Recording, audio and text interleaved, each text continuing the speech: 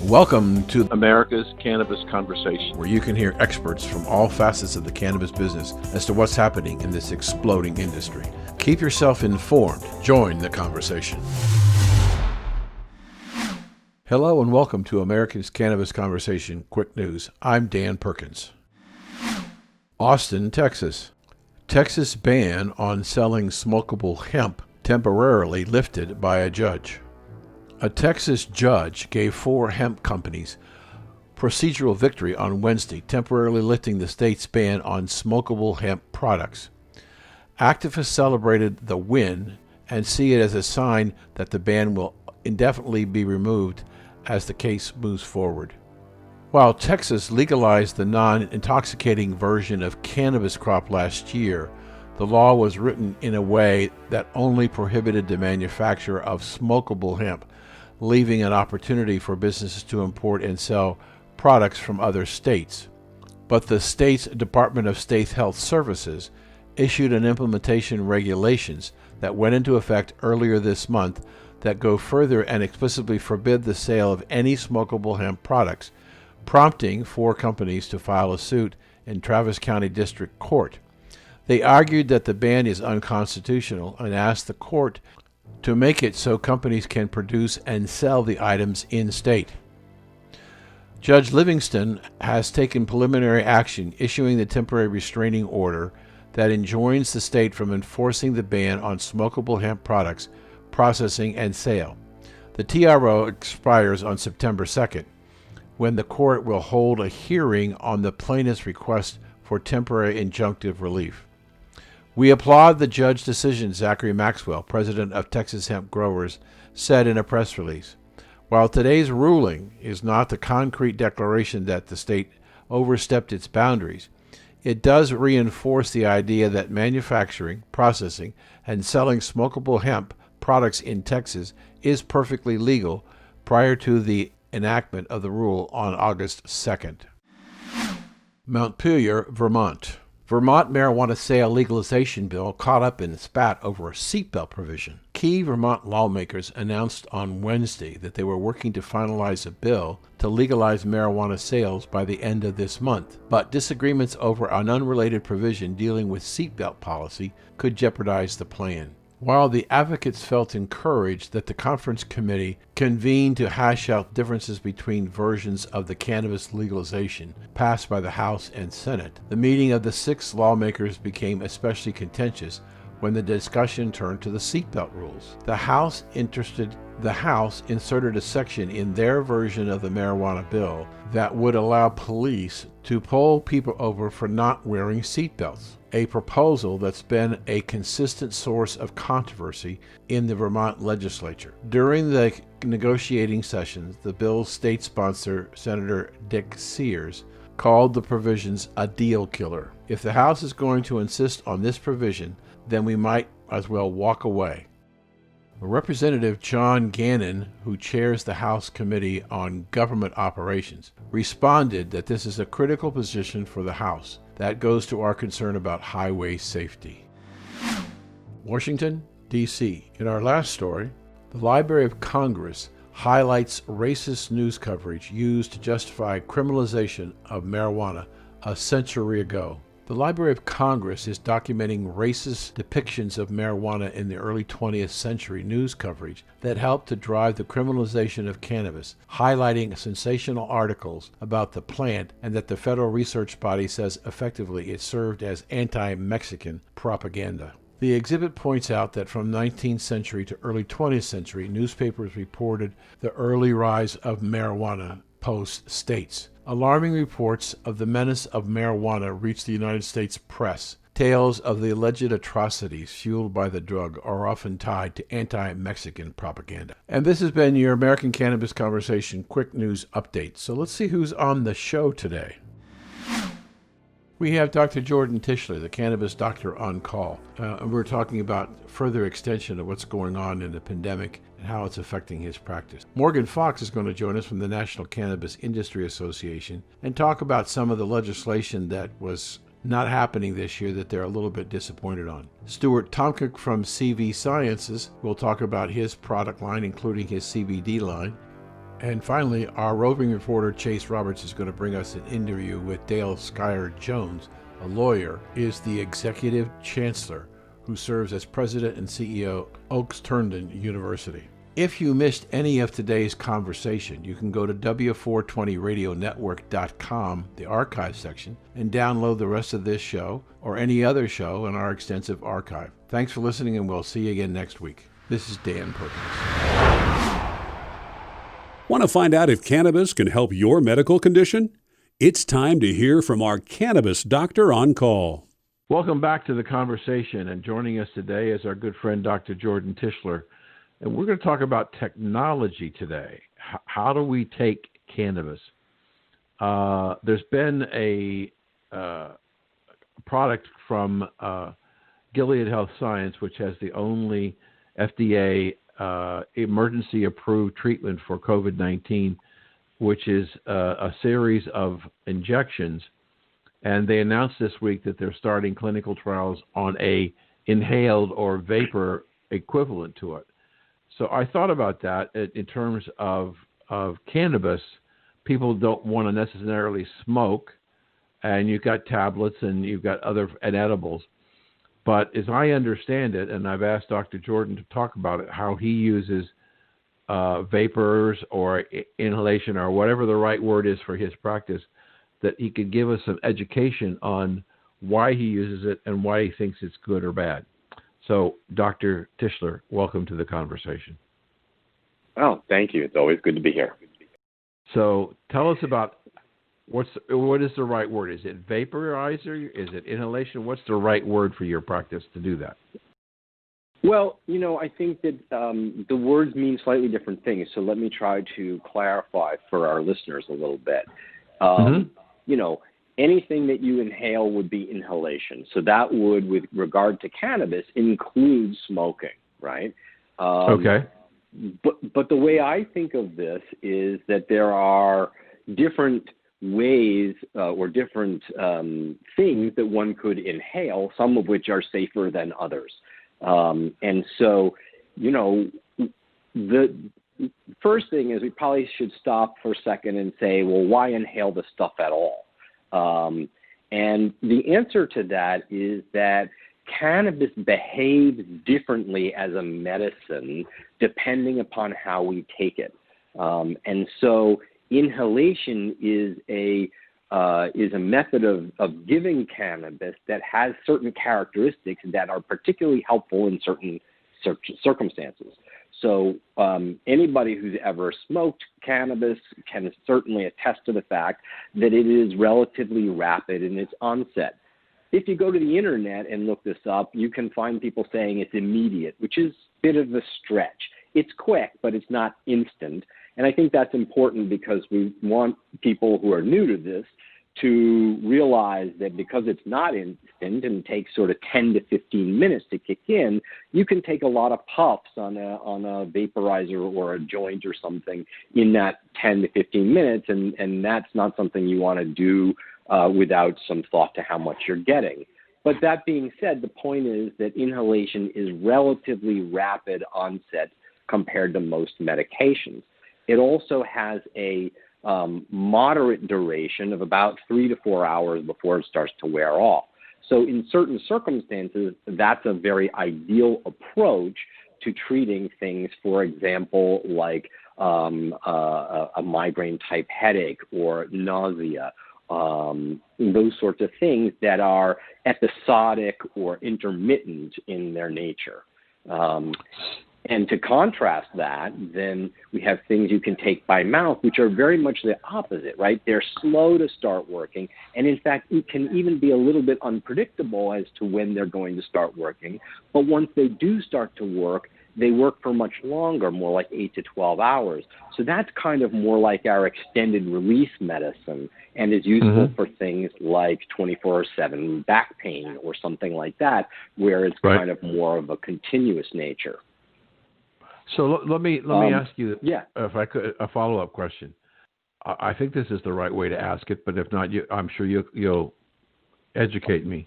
Are there some strains of cannabis that work better inhaled, whether it's through an atomizer or smoked, than others?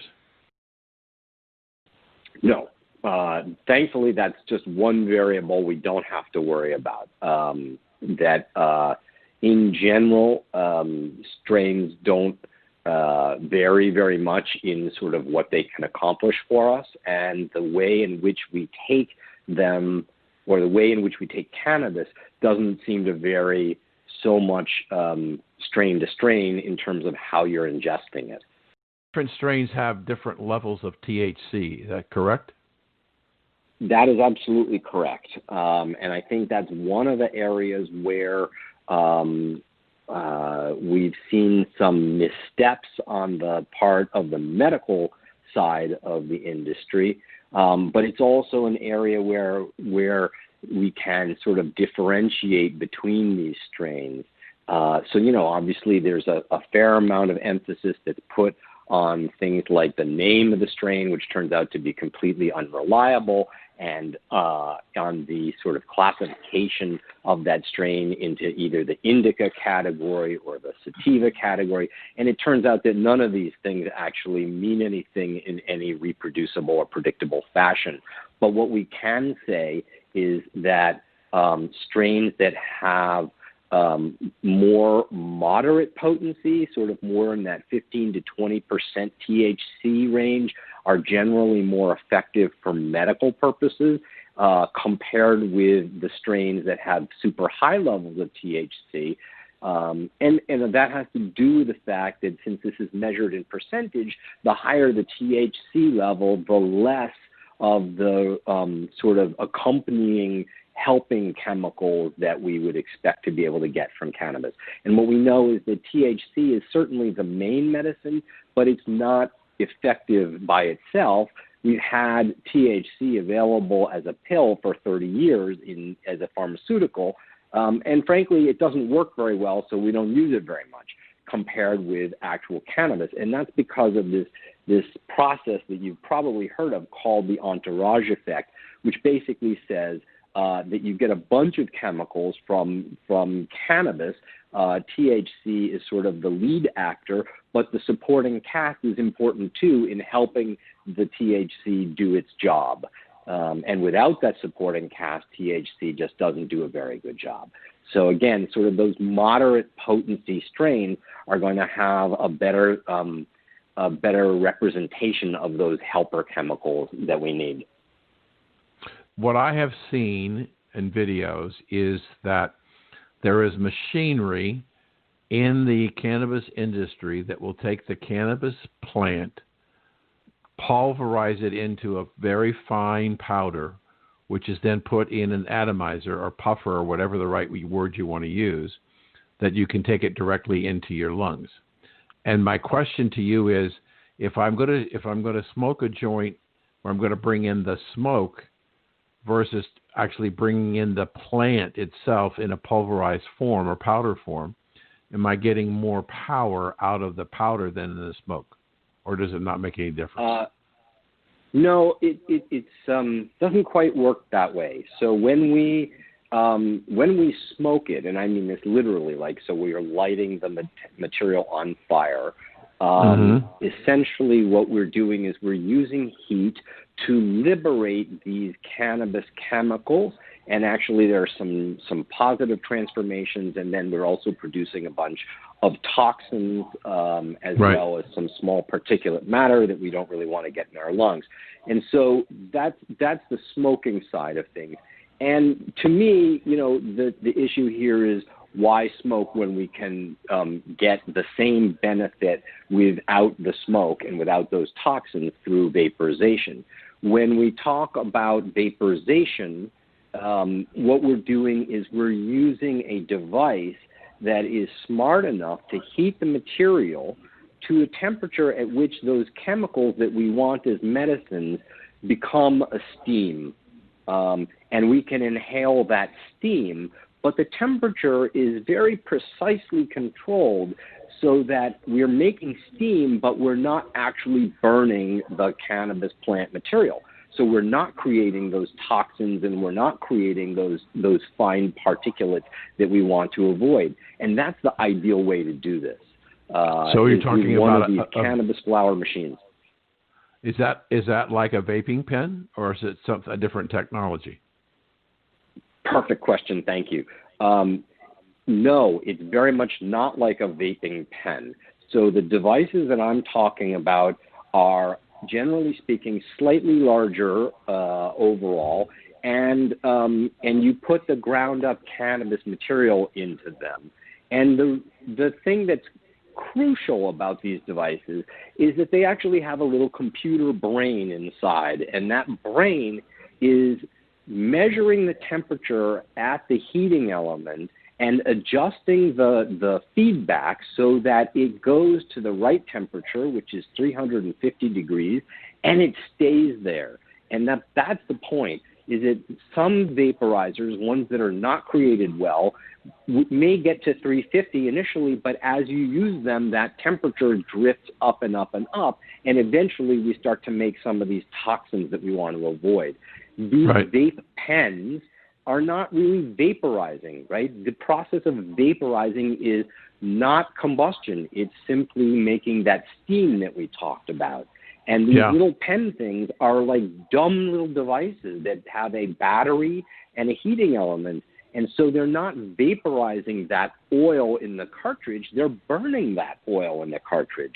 And so, yes, you do get some of the cannabinoids, but you're also getting the toxins that are created from burning the oil. And in fact, just like if you are burning motor oil in your car, we know that burning oil creates lots of toxins, perhaps even as much or more than you would from smoking the botanical material. So I don't recommend combustion for anybody, meaning let's not smoke it, let's not vaporize, air quotes, the oil. Let's use a true vaporizer that allows us to control the temperature so that we get the medicine without any of the nasties that come along with combustion. Are these things, these machines, are they expensive?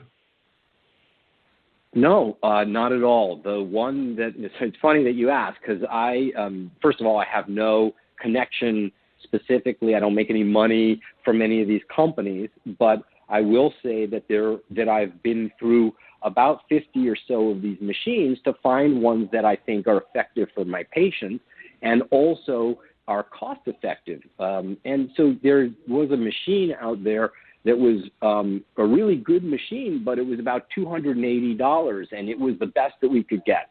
And subsequently, a newer machine has come on the market that I think is even better, and it costs $129. And really what I wanted was to get something that was in the low 100 range, because that would just simply be more effective, more affordable for people, and they wouldn't have to think twice about it. I used to have patients who would say things like, well, I'd really like to get that vaporizer, but I'm going to have to ask my parents for it for a Christmas gift, and that just seems like that's not an ideal situation. So, at $129, this is a much more reasonable price, and I think it's just as effective, in fact, perhaps even slightly more effective than the predecessor. But, of course, it's a newer machine, so we can't really blame the old one. It was doing the best it can. But, yeah, this is not a bank breaker, which is good because, if you're thinking about spending $60 on an oil cartridge with the handle, the battery handle, and then you're going to buy a couple of those, you can see that pretty soon you've spent more money on a device that's not as good for you compared with the device that is good for you. And then you can put good old, plain old cannabis in it, which is relatively cheap compared to manufactured stuff. And so over the course of maybe 3 or 4 months, you've totally come out ahead. That was very, very helpful and very insightful, and I thank you so much for that. So how do people get a hold of you and find out information about this machine? Sure. The best way is through my website, which is inhalemd.com. Again, inhalemd.com. And we have over 100 articles on that website that are very helpful, and including stuff about vaporization, the good, the bad, the ugly, all of that sort of stuff. So there's lots for you to read. And then, of course, you can reach out through the website, and we'd love to hear from you and happy to answer questions. Super. Always a pleasure, Doctor. Absolutely. Thanks for having me on. You're listening to America's Cannabis Conversation on W420RadioNetwork.com.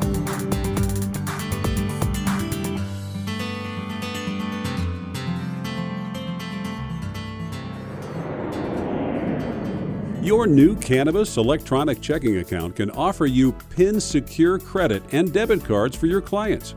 We can place a cashless ATM at your checkout counter, which reduces the amount of cash on hand.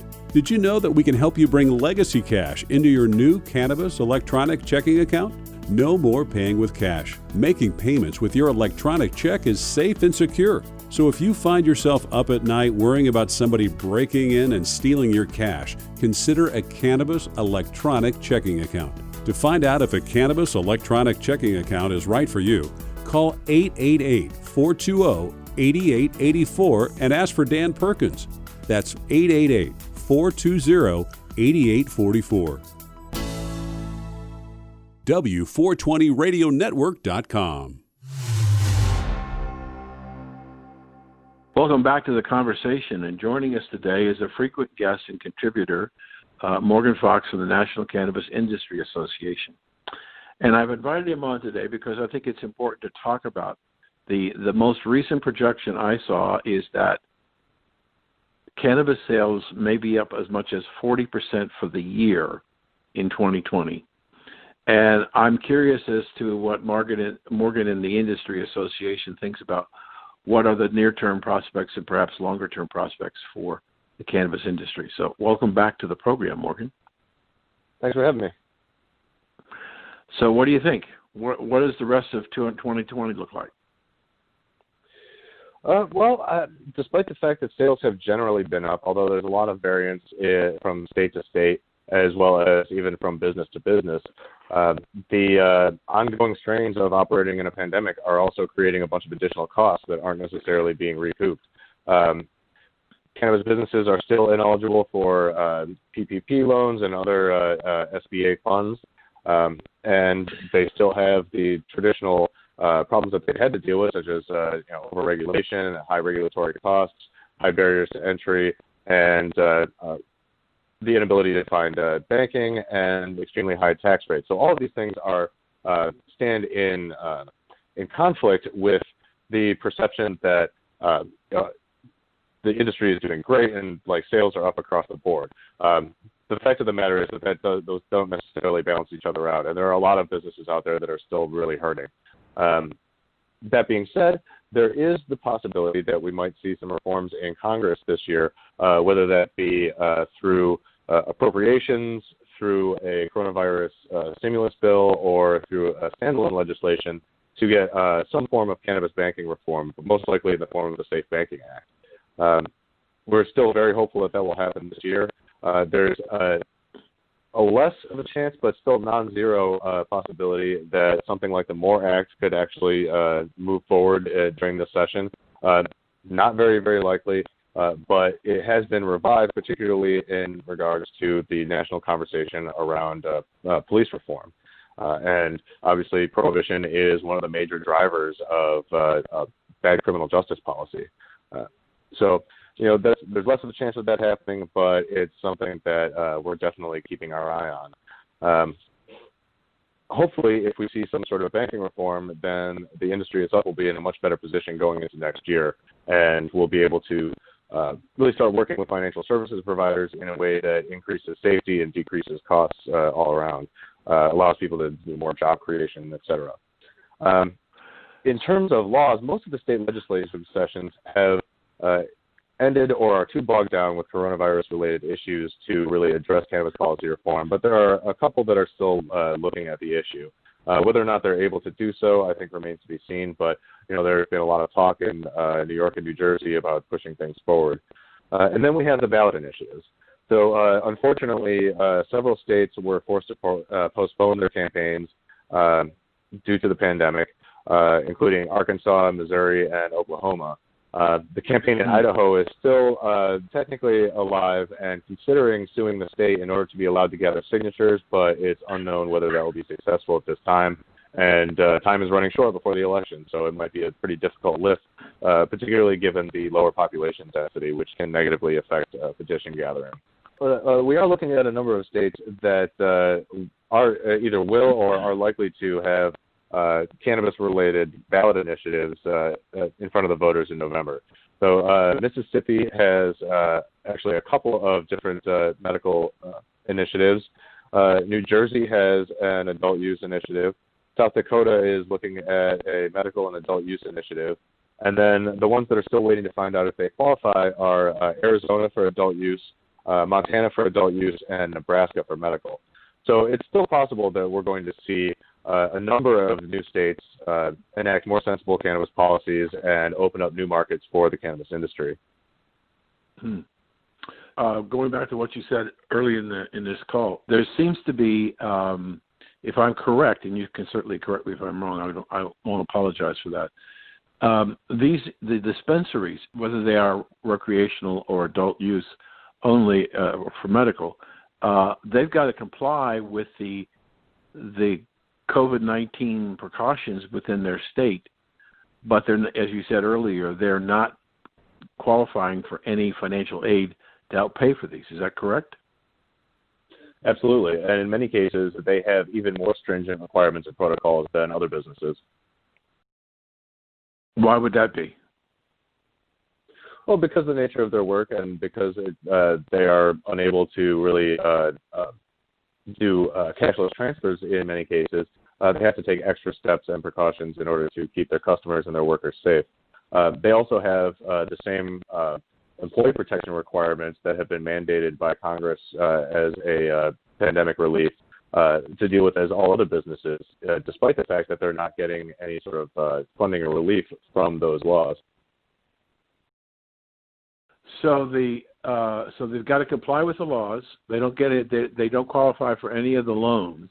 Do you think that's tied to the nature of the product being a controlled substance, and the government can't give them loans for their businesses because at a federal level their businesses are illegal?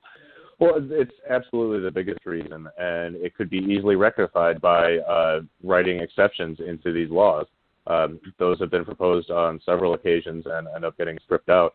But, for instance, the Small Business Administration could simply change its policy and allow for cannabis businesses to have access to these programs. Congress could make an exception for state licensed cannabis businesses to be able to receive other federal stimulus funds. They just haven't.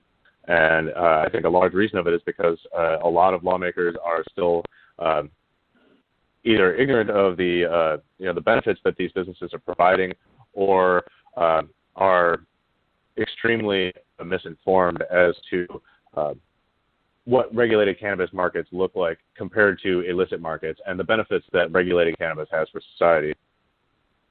Do you know off the top of your head if there are any states who are providing financial support for the businesses? Because I know a lot of, like I live in Florida, there's money available for small businesses to cover the costs or to begin to defray the cost of compliance with personal protection equipment. Do you know if there's any state programs that would allow a cannabis owner to apply for state funds as opposed to they can't apply for federal funds? I think that a couple of states are starting to probe that idea. At least one state, New York, has explicitly denied cannabis businesses access to state funds. I think that we're seeing a little bit of support from the states in other forms, such as allowing patients to extend their registrations in medical programs even if they expire, allowing them to renew their license or their registrations via telemedicine, allowing delivery services where they haven't been allowed before, allowing curbside pickup, just a lot of things that have been denied to the cannabis industry for a long time and are allowed to other businesses. the pandemic has sort of spurred a lot of state and local governments to readdress these issues and to work more closely with the cannabis industry to provide some reasonable concessions that other businesses get.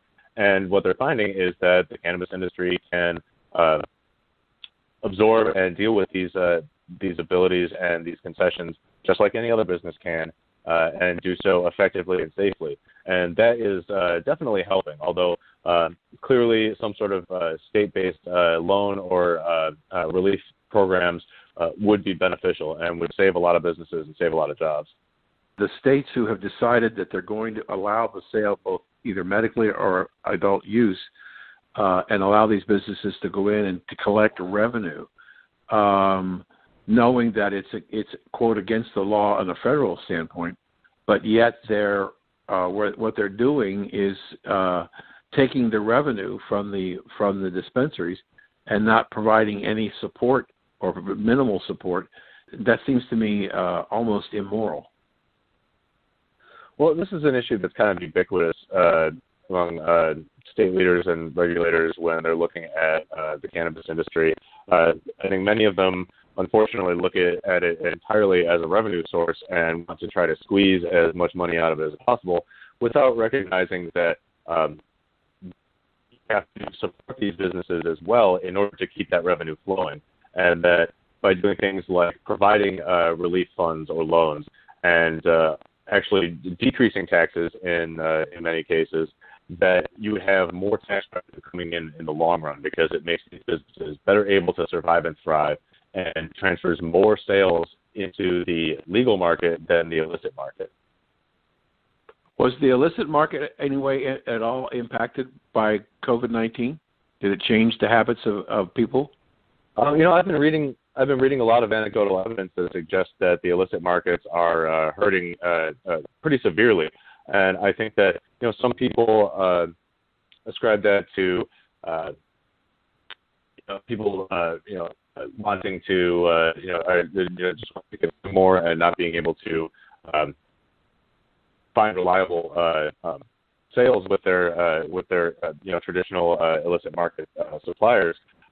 But I think it's really more of a combination of both things. The first being public safety. I think that people are a lot more cognizant of where their cannabis is coming from, and they want to get it from a source that is quality controlled and is implementing reliable and verifiable safety controls, and to know exactly where their products are coming from, as opposed to completely unregulated and potentially very unsafe unregulated sources. So that's, I think, the biggest reason that the illicit market has been hurting. I think some secondary reasons are that the pandemic is greatly affecting supply lines, whether they be legal or illegal. And illegal sources usually have a harder time adjusting to a supply line interruption. Mm-hmm. Mm-hmm. So do you think that the illicit market is perhaps under more pressure than the legal market? I think it's difficult to compare, but we are seeing a lot more of a transfer of sales from the illicit to the legal market. I think that while at the same time the illicit market doesn't have to deal with things like overtaxation or lack of access to banking or any of the other business-related restrictions that apply to legal businesses. They just have to not get caught. So I think it's fair to say that it's difficult to compare the stressors that are being placed on the two, because it's really like apples and oranges in many cases. Yeah, I've got time for just one more question. There have been a number of articles written that the 40% growth in cannabis sales in the United States is driven primarily by the richness of the unemployment benefit of the bonus of an additional $600 a week in unemployment benefits. Do you think any of that's true? I think that's a little bit dubious of an assertion, but it's possible that that does have an impact in some consumers, but without some real definitive data, I would be a little bit wary of just accepting that at face value.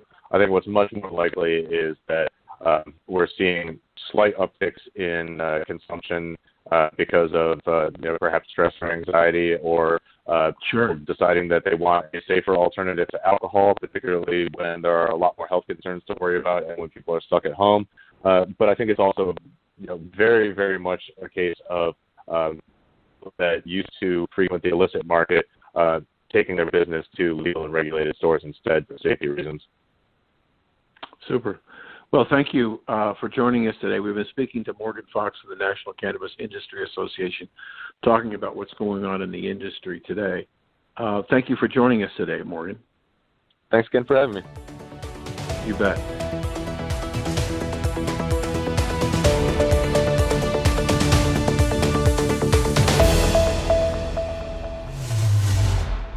Introducing the new Cannabis Electronic Checking Account. Did you know that in 2019, almost 1 in 5 dispensaries were either robbed or broken into?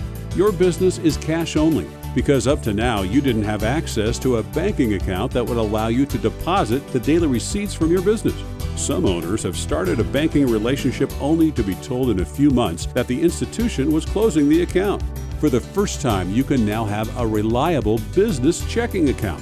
Yes, I said a secure bank electronic checking account. For more information, call 1-888-420-8844 and ask for Dan Perkins. That's 888-420-8884 and ask for Dan Perkins. Welcome back to the conversation. And joining us again is Stuart Tomc from CV Sciences. And we want to talk about the benefits that using CBD or cannabis might have on the impact of COVID-19. Stuart, welcome back to the program. Thank you, Dan. It's so exciting to be here, and we are lucky to be able to have this conversation. What I mean by that is because the law is changing and because the interest in cannabis is coming out of the shadows, we are able to really look at how the cannabinoids are different than the other compounds in nature that we all had access to before the cannabinoid disruption. What do I mean by that? The other things that I rattle off quickly, like ashwagandha or kava, some of these other things that have been used and are used to help people deal with stress, they contain different molecules. They contain these alkaloids, and that they behave differently. And what I love so much and what scientists are so excited about with cannabinoids is that they are immuno and neuromodulatory. So they modulate the immune system in a way that's different than, say, global steroids. Steroids can shut down the entire immune system. And did you see that report a couple of weeks ago, Dan, that showed a relatively inexpensive steroid had some tremendous treatment effect with patients that were suffering the cytokine storm? Did you catch that story? A very inexpensive old steroid, right? Yes. You saw that, right? Yes. Now, why is that? Why am I making that point? Cannabinoids, they work more like that, where they don't block everything, they modulate. So when we say immunomodulatory, you want something that's going to modulate the hyperactive immune response, and you also want something that may also have some powerful anti-inflammatory effects. And rarely do you get those things. Never have I seen that you get those things together. And this is where people have a tendency to oversell and overhype the potential benefit of cannabinoids.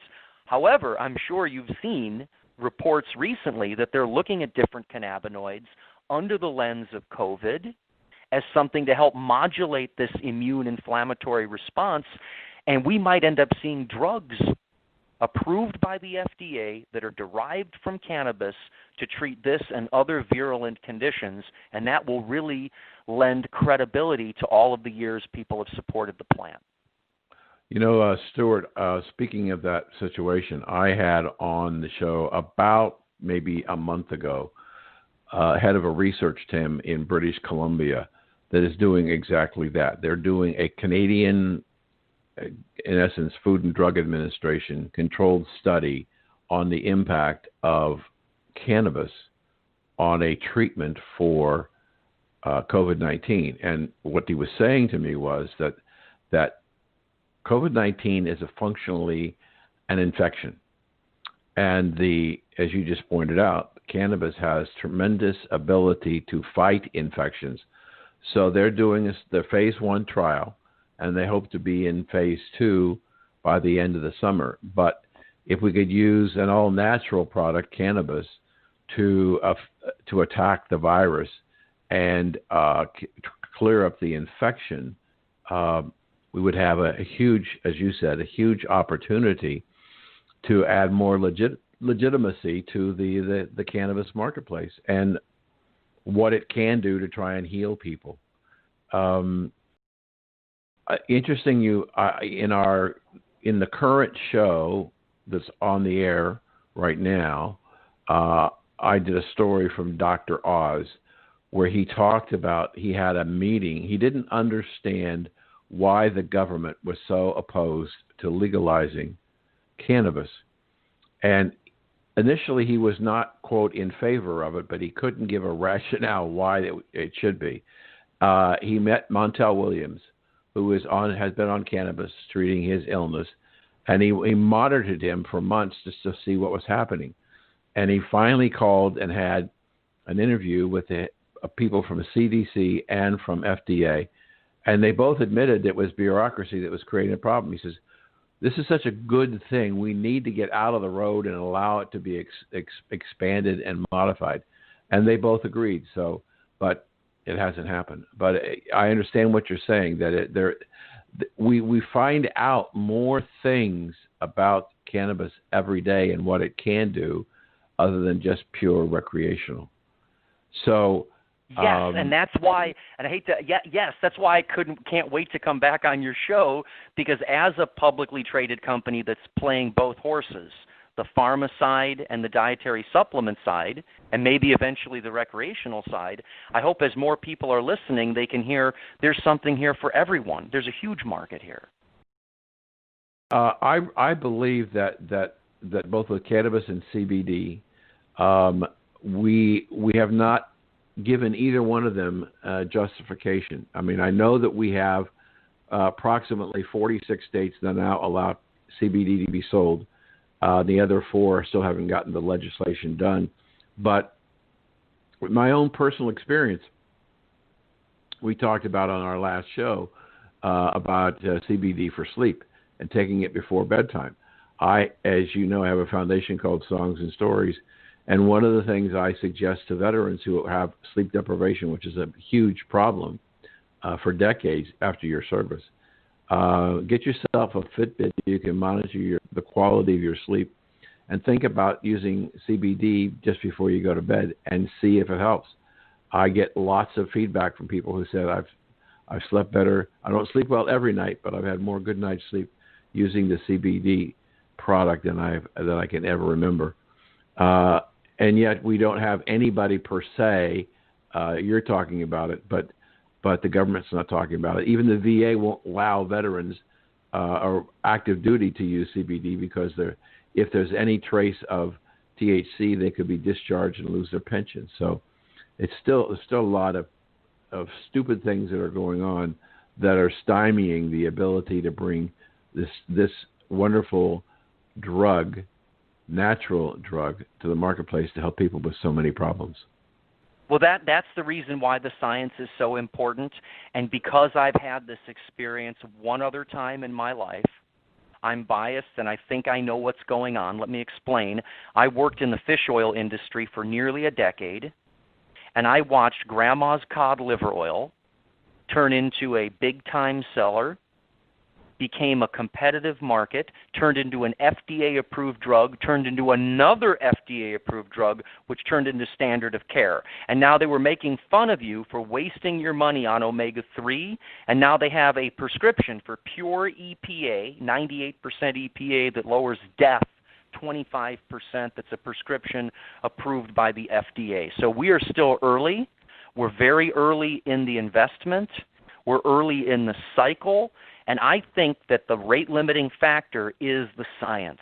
Because as you know, Dan, and some of your listeners might know, that the reason that we're still hung up with the federal government is because of these international treaties that go back that we signed that said we weren't going to trade in narcotics. And so we doubled down again in 1970, I believe, 1 or 2 with the psychedelic drug treaty. In any case, this is all going to get changed as the science proves that this is something that can help humanity. So that's why we have to keep beating the drum and knocking on FDA's door and knocking their door down, rather than just standing out in the streets saying that you people need to give us our plant. Tell us about some of the products that you have and what you've been experiencing is how they're helping people. Because that's really what we want to do, is we want to try and provide information to people, a place to go, and to look about a product that might help a particular ailment or problem they have. So tell us some things about some of your products. Yes, we have a gold soft gel. We call it our Extra Strength. It's a patented process where we've taken full spectrum food fiber hemp extract and we distill it through short path distillation. We do this. This is our own secret sauce, our Coca-Cola product. So we're using the seed and the stem and the stalk, so we have all the fatty acids and the plant sterols. We have 500 bioactive compounds working together. Why? We're competing against people selling pure isolated CBD. Right? We're not in the powder business. We're in the hemp extract business. So we've taken this gold oil, and we've actually subjected it to formal toxicology work. We published in the Journal of Toxicology. Then we conducted a randomized control trial. So we gave one gold soft gel, only 15 milligrams of CBD, and a whole bunch of naturally occurring hemp bioactives to 65 healthy people, and they ate less. They felt more satisfied, they slept better and longer, and they self-reported enhanced quality of life, and their HDL cholesterol, good cholesterol, went up. So that we published that in the Journal of Dietary Supplements. That's available. Then we published safety data where we tracked the sale of 5 million bottles of the same product. So let's get this right. We selected it, we grew it, we extracted it, we made it, we proved it was safe, we conducted a randomized control trial, then we sold 5 million bottles, and publish those safety results in the Journal of Dietary Supplement proving that it was safe. So all you can say right now about CBD that's a dietary supplement is A, FDA still says it's not a dietary supplement. I'll say that again. FDA says it's still not a dietary supplement. So what do you do if you're a company like CD Sciences? You act like it is. And everything I just explained to you is what will be required when they say, can you prove it's a dietary supplement? They're going to say, can you prove it's safe? Can you prove it's effective? Did you sell a whole bunch of it? Did you track the results? Can you hand us the paperwork? The answer is yes. So CV Sciences, CVSI, is early on in this, as every other company is early on, because FDA still says it's not a supplement. Are they as aggressive about condemning it as they have been, or are they talking it? Oh, no, they're so distracted with what's going on right now. That's why you have to just make high-quality products and then publish science. So that's what we do. And I know I almost seem like the anti-salesperson, but I want people to go to pubmed.gov, pubmed.gov, and read about the work we've done. I don't know if you saw this. We did an open-label pilot trial with like 80 people using 15 milligrams a day, and 80% of them reported a reduction in anxiety. Do you know what that could mean for public health right now with what's going on? For $1 a day, people could manage their stress? Whoa! Yeah. Yes. Agreed. That's cool. And so then they finally, can buy a roll-on. We have a roll-on. You can buy it at pluscbdoil.com, pluscbdoil, or your local health food store. And I can personally attest to the roll-on because I use it every day, and I have a neck problem, and it helps me every day. And I had a shoulder problem, and it helped me. So I'm not. It's not a paid endorsement, ladies and gentlemen. It's just I'm telling people I use it, and it worked for me. Quick, can I say one thing about this? Quick, one thing about the roll-on, please, really quick. Thank you, because a lot of natural shoppers would not use that product. and I'll tell you why. Because it's an over-the-counter camphor and menthol. It's Bengay mixed with CBD.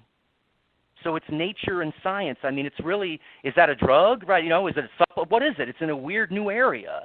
And so that's why I wanted you to try that, because the skin is loaded with these receptors, and you might get as much pain relief just rubbing that on topically and not take it internally at all. For a lot of people, maybe more conservative people, more scared people, more religious people, they can have that benefit and then maybe get more comfortable with the plant, decaf instead of regular, the hemp plant. We call it decaf. Okay. So they can get, where can they buy that again, Stuart? PlusCBDOil.com. It's the roll-on, PlusCBDOil.com, the roll-on.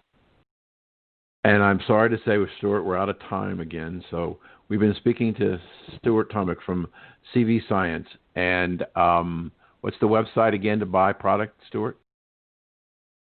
Plus CBD oil. That's P as in Paul, L-U-S, CBDOil.com, PlusCBDOil.com, and YouTube, CV Charlie Victor Sciences at YouTube. Thank you. Thank you for joining us today, Stuart. My pleasure, Dan.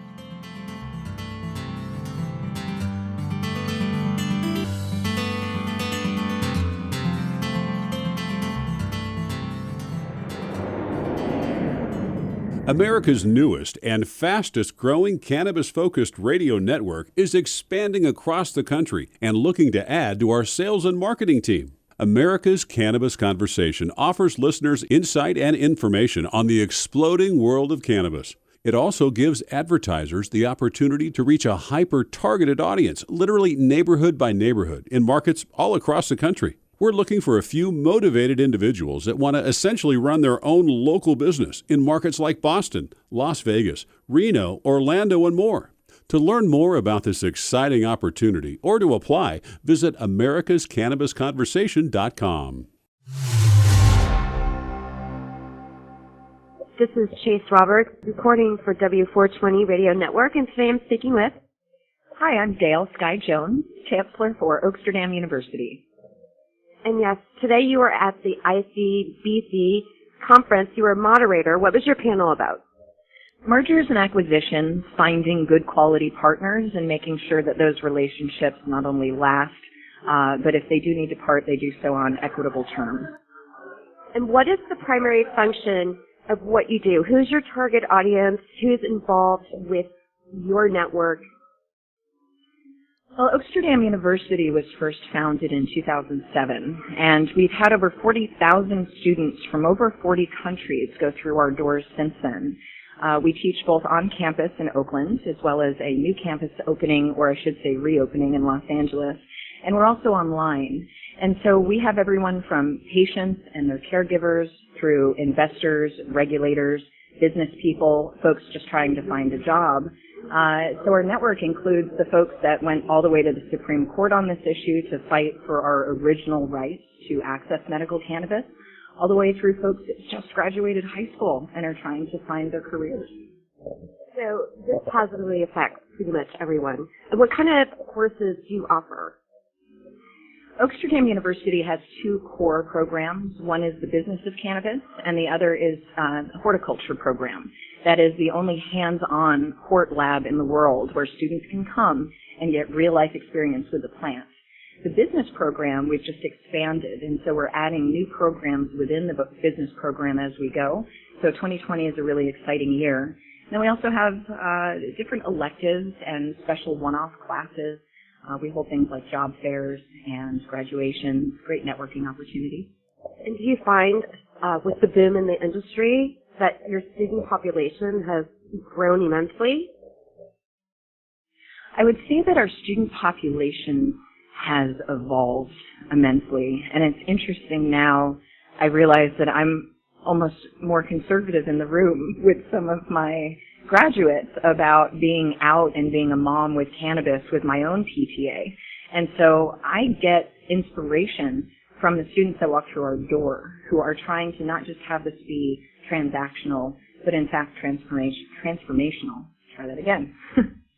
The inspiration that I get is from the students that come through the door wanting this to not just be transactional, but transformational.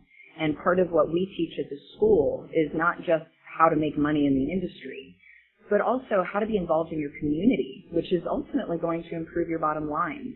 How do you get involved with equity and making sure that you're hiring people that look like the community that you serve, including having women in leadership? Notice I didn't say women, multiple. Yeah. And again, it's good for your bottom line. And so what I try to do with Oaksterdam is set people up for success, prepare them for the worst, because folks are trying to understand how to relate their own personal experience and goals to this industry. And it's important for us to teach the risks and responsibilities before we teach you how to get into trouble with it. But that said, it's also about tithing back to the folks that got us here in the first place, that as we try to work on retail and adult sales, that we remember that this is still medicine for veterans, for patients, for parents that are trying to save their children. And so while we can make money off of the retail and the adult sales, how do we tie back to the community, whether it be a compassionate veterans cannabis program or your local Boys and Girls Club? Because again, as you save the world, you're also improving your business and your competitiveness in your community. Amazing. I love the consciousness of staying in touch with the community. And I really want to ask you about being a woman in the industry. Few and far between. How do you feel about that? Or how do you see that growing? Coming from more of a corporate America background, I entered this back in 2007 with doctors, and it was a female doctor that I first worked with as her business manager because she saw so many patients through her mainstream hospital that she was disallowed from discussing cannabis. And we would sit and wonder, why did we not see more women through her practice? And we would see the same reflection in our school. And it seemed as though for the longest time, the only people that came out to talk pro-cannabis were the types of people that, let's be honest, your mama does not want you to grow up to be like. And it took women being out loud. For myself, it was accidental and against my will, but I became the spokeswoman for the first statewide campaign in the nation since the 70s to legalize cannabis. And suddenly it was a pregnant mother saying, hey, you know what, we can actually save our children by ending prohibition, by controlling, taxing, and regulating who sells this, who IDs our kids, who decides what's in the product. And so it took women being out front, people like Debbie Goldsberry or Nikki Norris, being out front to say, I see you, you're like me, I can do what you do. And suddenly all these women are coming up and coming out, and because this industry wasn't built yet, it was still just a movement, it was largely women who had the opportunity to determine their own path. And it really wasn't until the massive investments came in 2016, that you saw the percentage of women in leadership start to dwindle and drop to almost be the same as other major industries. And that's what scares me, is we were 10 points ahead of other industries. We were doing better with women, minorities, and veterans. We're all kind of in the same bucket here in leadership. And it's an unfortunate reality that investment opportunities tend to come to white males.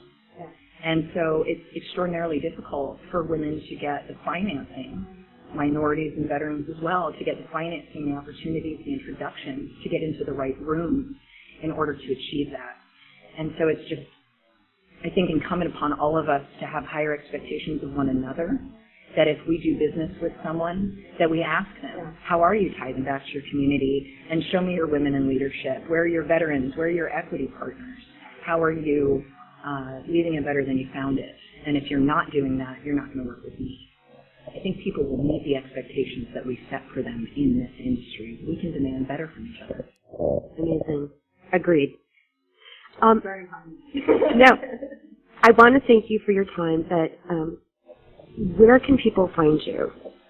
Oaksterdamuniversity.com will tell you everything you need to know about how to come on campus, or we are also on the road with seminars in 2020, but wherever you are in the world, you can always take Oaksterdam from your couch in your boxer shorts online. Thank you so much for your time. I really appreciate it, Dale. Thank you. Oh, thank you, Chase.